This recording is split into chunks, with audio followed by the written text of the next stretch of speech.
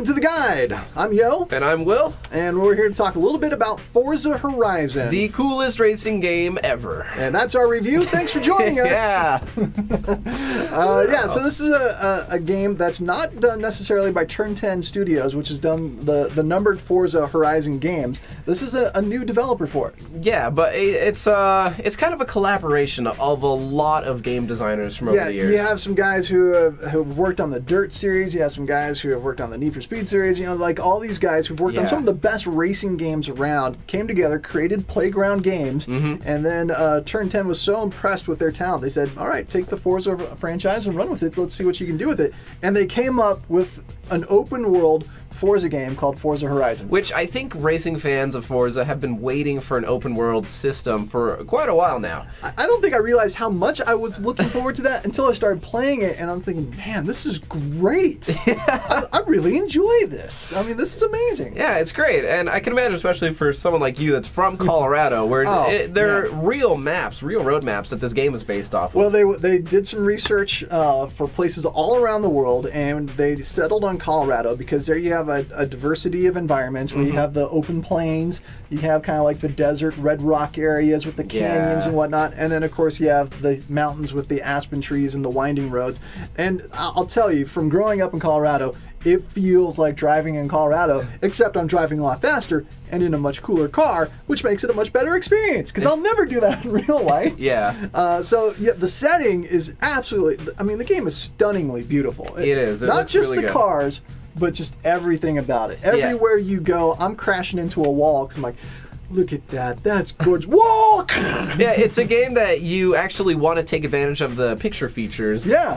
Unlike before, I've never really been compelled to do so. No, I've never done that I either. like the general theme of the game. They tried to implement more of a storyline with it. A little bit, the whole Horizon Festival that you're going out to race, and then after every race, there's a pretty cheesy cutscene of racer dialogue back and forth. And I love the open world feel, and I love that there's little mini missions, I guess you could call it. As you're driving around, you can find other racers, challenge them. There's a really cool thing called barn finds, where there's nine barns scattered throughout the map that you got to go find, and there's cool old cars in there that you can restore. Yeah, that's a lot of fun. And then just the open road aspect of it. You don't have to race if you don't want to. I spend a lot of time cruising around. Me too. To be perfectly honest, like I'll do some races, then I'm like, I just want to take a drive up in the mountains, and then I'll mark it on my GPS, and off I go. And it's a good thing you have a GPS in this game, because you would get lost. It is huge, and the roads. I mean, you get used to the various areas, but it's so easy to get lost,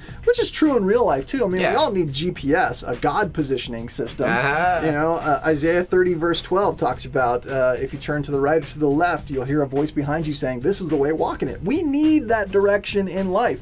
A lot of people talk about, all roads lead the same place. You play a game like Forza Horizon, it becomes immediately clear that's not true. If you want to get to a certain destination, you have to go a specific way.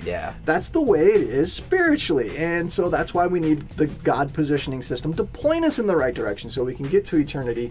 And so GPS, useful on Forza Horizon, also useful in real life for our spiritual good. Definitely. Now, I thought about this long and hard, and if I could find one bone to pick with Forza Horizon, it would be the fact that they kind of did away with the mechanical simulation damage. Now, that's part of why I'm such a fan of Forza, is because it's the racing simulator game. And I mean, you can still adjust difficulties, and to the most part, like in previous Forzas, but I miss the effects of slamming into a wall and your engine dies. But that's just me, and I'm a nerd car guy. It's a more forgiving game overall. I mean, it still feels like Forza. And if you race with precision, that's when you will excel. However, the precision isn't quite as necessary to win. You can race a little sloppier and you don't get as penalized for it. But it's cool. On the flip side, you can race a little sloppier and you can gain popularity points too for close calls as you crash, or racing burnouts, drifting. There's a couple other little nitpicks I had, like when you race off-road, I love that there's rally racing now, which is a lot of fun in Forza, but the cars don't get dirty. You look at like Dirt or like Test Drive Unlimited 2, like anytime you hit the road, the cars accumulate dirt. And so, I mean, it's not a big thing, but it's like one of those little, it pulls me out of the immersion of it. And then to get from single player to online multiplayer, you have to go out to the main menu.